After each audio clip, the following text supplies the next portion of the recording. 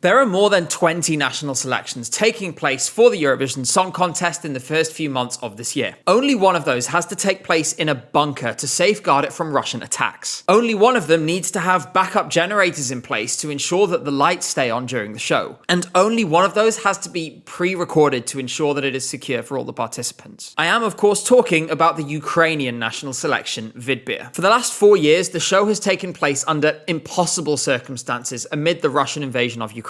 This year, though, it feels particularly acute in its importance. As I film this video and as rehearsals are ongoing for this selection, Kiev sits in darkness and in temperatures of lower than -10. Millions of people across the country are without heating in the middle of winter. And all the while, outside of Ukraine, the world's support and interest in the Ukrainian struggle has waned. As we discovered in Moldova just a couple of weeks ago, and as Ukrainian Eurovision winner Jamala herself told us while we were there, the platform that Eurovision provides has become more important than ever for countries like Ukraine who are vying to take their place in Europe. For these reasons, I think it's really essential that we make a video about this selection and dig a little more into what it tells us about Ukraine's society and mentality more generally in 2026. Rather fittingly, given the importance of the number 3 in Ukrainian folklore, of the 10 songs in this selection, there are 3 clear frontrunners. Each of them express an aspect of the modern Ukrainian experience, but in a different way. This selection might well be as much about which one of those 3 things the audience most identifies with, as it is about the songs that underpin those messages. Today, we're going to go through each of them together. I should say, of course, that my understanding of it as an outsider, not from Ukraine, may be different to how Ukrainians feel about it, although I have spoken to some Ukrainians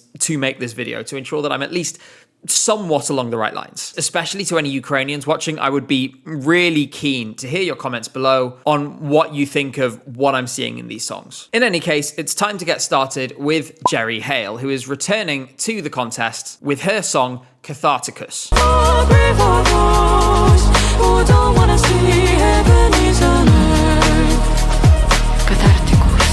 Like an onion, this song has layers, in fact, very many of them. I always enjoy when I start digging into something, and as I do, it feels like more and more things are appearing. That is very much how this developed for me. When Heil participated in Eurovision 2024, it was already with a song that had religious implications, given it was written in dedication to the Virgin Mary and Mother Teresa. That, though, was a metaphor for wider themes connected to women's empowerment, and did not explicitly venture into the spiritual or the divine. Catharticus very much does on every single level, and the Latin and English portions of this song seem to take direct inspiration from Gregorian chanting. I frequently talk about the best work of Swedish producers being when it amplifies artists who already have an identity. This was the kind of thing that I had in mind, because this is put together in a way that simultaneously focuses on Jerry as an artist while building an ethereal atmosphere that this song really needs to succeed. There are a whole series of really interesting choices in this that I want to explore, but most important and most interesting to me is the use of language, both which languages are used and also what is said in each of them. This song is split between Ukrainian and English, but also Church Latin, the official language of the Catholic Church. The entire song addresses God, but the tone is not uniform. In the Latin and English chanting, which contains the song's name, it's quietly reflective and a kind of passive observation of the failure of the many to realize that, in Jerry's eyes at least, heaven is on earth. It has a gentle feel to it and consists of phrases that mostly start high-pitched and come downwards. Meanwhile, the Ukrainian section is totally different. It opens with the words, "Lord God, you're the one who will help us. I'm on my knees every day." This feels much more like an active call to a higher power to be by Ukraine's side in its struggle. The melody rises from low to high each time as if it's a cry for help. It's reaching for something that it can't quite get to. This can be read in a few different ways. On one hand, you could portray it as finding strength in faith against the most impossible of times. And indeed, I get the impression that this is the core of how Jerry feels about this song. On the other, you could equally view it through the lens of futility. A non-religious or spiritual person might look to this and see it as a desperate appeal for help or a call to a higher power that is just not answered, no matter how many times it is chanted and repeated. A more cynical interpretation that I've seen is that it might be perceived as some to be tone deaf to release a song that was recorded and produced abroad, in some senses away from the conflict that defines both this song and the selection. Given Geri herself has family members on the front line, I think this is maybe a little harsh. At the end of the day, it comes back to how different people respond to trauma. The truth is that for some people, turning to faith is just how they have learned to deal with and process things that feel otherwise impossible to digest. For others, the very idea of that is repugnant, because it feels wrong to celebrate and worship a deity who is perceived to have abandoned you in your hour of need. Either of those responses are valid, and they reflect the wider response to religion across society. You're always going to get this split when you write something that's spiritual, no matter what your angle is. As to why the contrast between the Ukrainian and the English and Latin parts of this song is so extreme, I do actually have a theory. Given the producers and the circumstances, I think it's pretty clear that this is a song that was written specifically for Eurovision. For that reason, the way I see it is that this is an approach of showing two faces. And to be clear, I don't mean that in the negative sense of being two-faced, because it's not at all, in my opinion. This song wants to embody the Ukrainian spirit and identity to Ukrainians, but also project an image outwards towards Europe. These messages are different, so you need to find a medium that works. Language proves to be quite an eloquent way of doing this. To Ukrainians, this song is designed to represent an expression of faith, of calling to an almighty in the country's hour of need. To Europe, this is a song written in the language of, and with all the trappings of, Catholic teachings and messaging. It's a subtle way of identifying Ukrainians as an equal partner to countries where that denomination is dominant. For context, Orthodox Christianity is the dominant form of the Christian faith in Ukraine, under the Patriarchate of Kiev. This isn't the first time we've seen a song from Ukraine do this, and I actually found an unexpected parallel here with 2022's Shadow of Forgotten Ancestors by Alina Pash.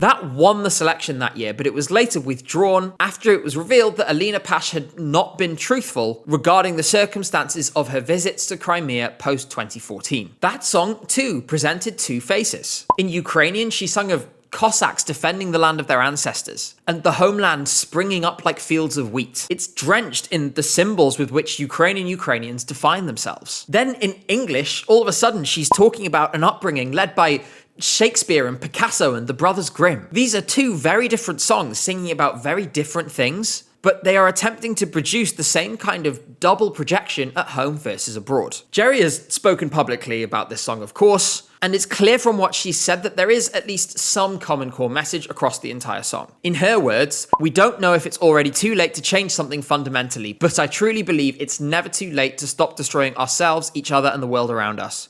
With this song, I wanted to remind people, paradise isn't somewhere later. It's possible here and now if we learn to see it." In that context, it makes sense that from a Ukrainian perspective, the inclination would be to remind the rest of the world of this in a language they can understand, while calling on a higher power for help to make it happen while singing in Ukrainian. Right now, the rest of the world can wait, because none of this is going to come into play if she doesn't win the selection. It's only going to do that if Ukrainians identify with it and draw strength from it and from faith in the same way that Geri does. And then pick up their phone and vote for it. It honestly feels like I'm still scratching the surface with this a little bit. I could do an entire section on the imagery of the music video, which among other things contains Geri suspended in the heavens, visibly pregnant women ensnared in translucent film, Geri singing the song while surrounded by blindfolded dancers, all of whom are in chains, before later all regaining their sight, freeing themselves and forming angels' wings around her. The list goes on. On a purely conceptual level, there is so much to talk about here that it's too much for just one video. If it does win, I promise we will revisit this again. For now though, we have two more entries to talk about which are just as important in my opinion, and next we're going to move to another former Eurovision participant. That's Monokate, who's back in Vidbir this year with her song Tut.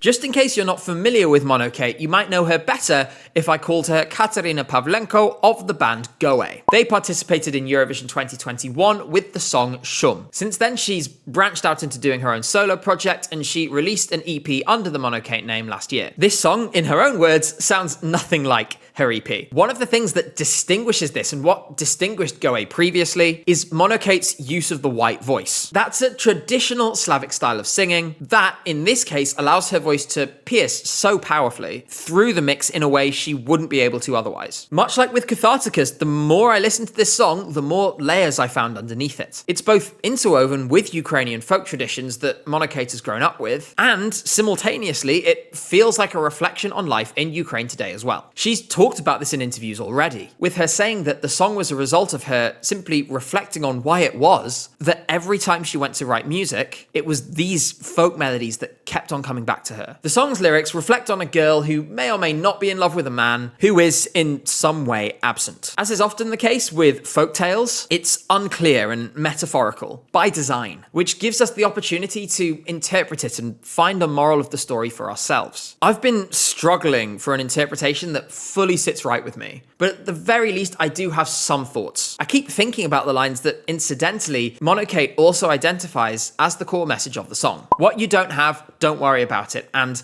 who is not here, don't worry about them. I'm just gonna throw some ideas that I have about this out there, and maybe you'll be able to identify with them in some way. This is a song depicting someone's anguish over the absence of someone else. And in the context of modern day Ukraine, this feels quite pointed. There's a kind of dual message for me here again. On one hand, this acknowledges and feels the gap that has been left by those who were absent, either through seeking refuge abroad, serving in the army and being on the front lines, or at worst, murdered by Russia, whether soldier or civilian.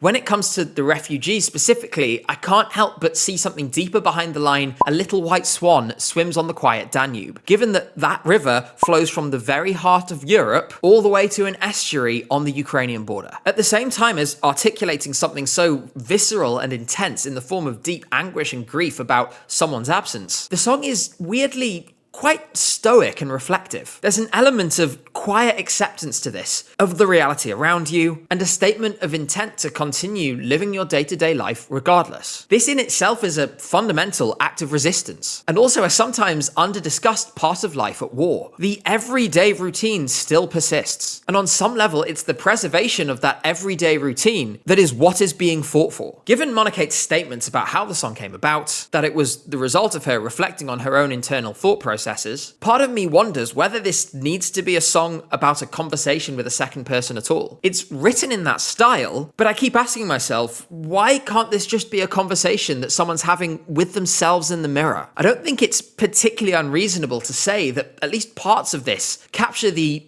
everyday mentality of just make it through today that a lot of people feel when they look at themselves first thing in the morning, especially when under the gross and enormous mental load of being under attack. In my opinion, the fact that this message is framed inside a folktale strengthens it in some way. Monokate has spoken about remembering her grandmother singing folk songs to her as a child, and how important this was to her. And if you're trying to find a way of grounding yourself, finding a safe space, and finding strength to keep moving forwards, leaning into memories that feel safe and calming in some way is a pretty good way to do it. The fact that the vibe of this song is actually quite meditative, despite its pace and urgency, kind of reinforces this as well. I might be projecting some things here, and I'm entirely open to someone showing up in the comments and saying, actually, I don't see it at all, I totally disagree. But I can't help but respect the depth and feeling with which this song, and in fact, all three different songs in this video, have been put together. I have to say, though, that Monokate's song is probably my favorite of the three overall. We have one more to discuss now, and it takes an unexpected twist, so you're gonna want to stay with me for this one. That's Leléka, who has not been in Eurovision before, unlike the other two, but is nevertheless here with her song Rhythm. I know the rules, still carry water. There's an odd beauty and folkloric symmetry to the fact that this selection is led by three songs, sung by three women, giving three different messages of resistance, made more so by the fact that all of them are so different. The mood of this song, just like the two that preceded it, has little in common with the others. Victoria Leléka is the only one of the three not to have gone to Eurovision previously, but she has arguably the most straightforward and easy to understand narrative of all here. This feels like it could have been taken from a video game soundtrack or an epic music compilation. What's most striking is it's extremely grounded in reality. It appeals to a much more base set of emotions by calling directly on determination and hope. Again, as with Heil, there is a marked difference between the Ukrainian language sections versus those that are in English. The Ukrainian sections are folk chants, and once again we go from the passive voice to the active. We go from the English, "We'll see the trees grow even taller," sung in a major key, to the Ukrainian, "I will embroider new destiny, I will embroider to loved ones, sung in a minor key. It's a message of hope and determination in both languages, but the Ukrainian section is delivered like a giant blue and yellow flag standing planted in a hurricane-force wind. The advantage that this has is simplicity. Of the three songs, this is the one, both inside Ukraine and out, that is most likely for its message to be understood by viewers on the first listen. It also reduces the chance of divisiveness or misinterpretation. This is the most present threat for Jerry Heil, as there are doubtless many Ukrainians who've been left feeling cynical about religion given the events of the last 4 years and indeed the last 12. On a European level, more broadly, there are many people who have been turned away and turned off from religious expression entirely. The universality of Leléka's song could really serve it well in this respect. What really brings this all together is a huge moment in the last minute, with an extraordinary 34-second long ascending big note, accompanied by accelerating strings. This has the potential to evoke something really visceral in the live performance. And if it can do that, we could be onto something really special here. To truly understand this though, and to truly understand Leléka as an artist, we need to understand her alter ego, Donbas Girl. Leléka and Donbas Girl are two separate projects, and she segments them pretty strictly. In an interview with Dobry Dzień Studia, she summed them up by saying, and I should preface this by saying this is a rough translation, Leléka is more light, gentle, like a dream, hazy. Donbas Girl is my alter ego where I can be wrong, ugly, awkward, prickly, with thorns. I really want to drive this point home because Donbas Girl could not be more different to Leléka. You've heard a snippet of her Vidbir song in this video and seen the image that goes with that. Let's take a quick look at Zbroja by Donbas Girl to compare and contrast.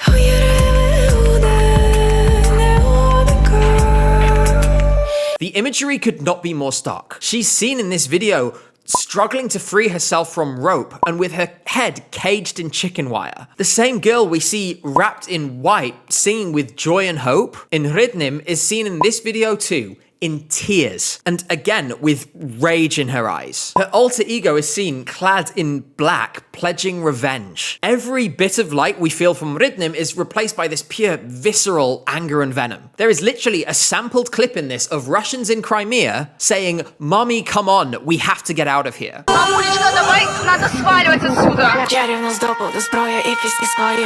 It doesn't get much more pointed than that. This song too has a parallel meaning. On one hand, Victoria has talked about her experiences with depression and that this song is based on those. On the other, whether intentionally or not, she's produced something that captures an aspect of the Ukrainian experience pretty much perfectly. This song takes precisely no prisoners when laying out the emotions that underpin it. The lyrics, which are in its entirety an 1890 poem by the Ukrainian poet and writer Lesya Ukrainka, paint this starkly. Hey you storm clouds, grimly glaring, spells against you I'm preparing, see a magic sword I'm drawing, I shall arm my songs for warring. There's also some dark asymmetry with Catharticus. The same imagery of chains that bound Jerry and her dancers now form the hair of Donbas Girl as she mounts a motorbike and sings her promises of revenge. When taken together, Leléka and Donbas Girl are one complete image. They're separate identities that provide a brutal, honest representation of Victoria's internal psyche. This level of openness from an artist is unique and honestly slightly unsettling and terrifying. The imagery of Zbroja is so shocking and dramatic to us because it touches on something visceral, and yet another element of the Ukrainian experience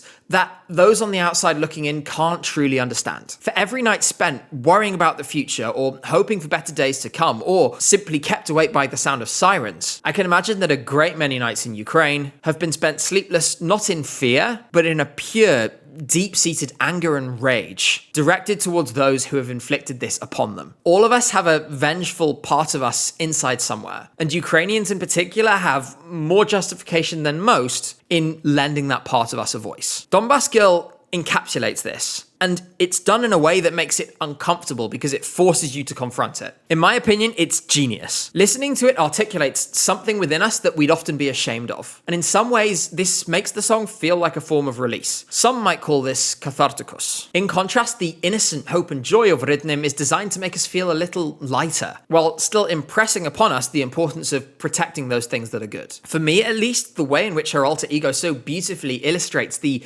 imperfect, angry, complex human being behind all of this makes this song more powerful and more meaningful than it could ever have been before. These things live within all of us, but it doesn't mean that we can't project hope. In fact, it means the opposite. It means we're obligated to. We've now gone through all 3 songs that are the main contenders to win this year's Ukrainian national selection in very considerable depth, which is what they all deserve. I spent a lot of time trying to demonstrate that this show and shows like it have meaning in some way. And there's no better way to sum it up than a glance at the YouTube comment section under each of these 3 songs. Under the video for Tut, I found an ex-soldier reminiscing about the fact that he'd played Ukrainian folk music to American and European members of the Ukrainian Army's Foreign Legion, and that they were totally amazed by it, and that Tut had reminded him of that. Under the video for Catharticus, I found a comment from a young mother living near the front lines who said that she was playing the song to her child to help calm her and drown out the sound of Russian bombs. Under the video for Rednem, I found someone grieving the death of their brother at the hands of Russian missiles who was moved to tears by that song. Music has meaning. Eurovision and its associated national contests have meaning, especially now in this country in these circumstances. There's always efforts to demean and undermine this, but there's very good reasons why I won't ever apologize for taking this contest as seriously as I do. In any case, any one of these 3 songs would make an amazing Eurovision entry, but every one of them has already connected with people and helped them express things that are almost impossible to express. That is a victory for each of them in and of itself. I also want to quickly shout out before we end that Monokate, one of the artists mentioned in this video, is doing a fundraiser for Zyga's Poor, a charity which is helping protect Ukrainian civilians and soldiers from harm. The link's in the description, and please do donate if you're able. For now, thank you as always for watching. We are live on stream on Sundays, and we're putting out videos on Tuesdays and Fridays at the moment, so please do subscribe if you haven't already. For now, take care, and I'll see you again very soon.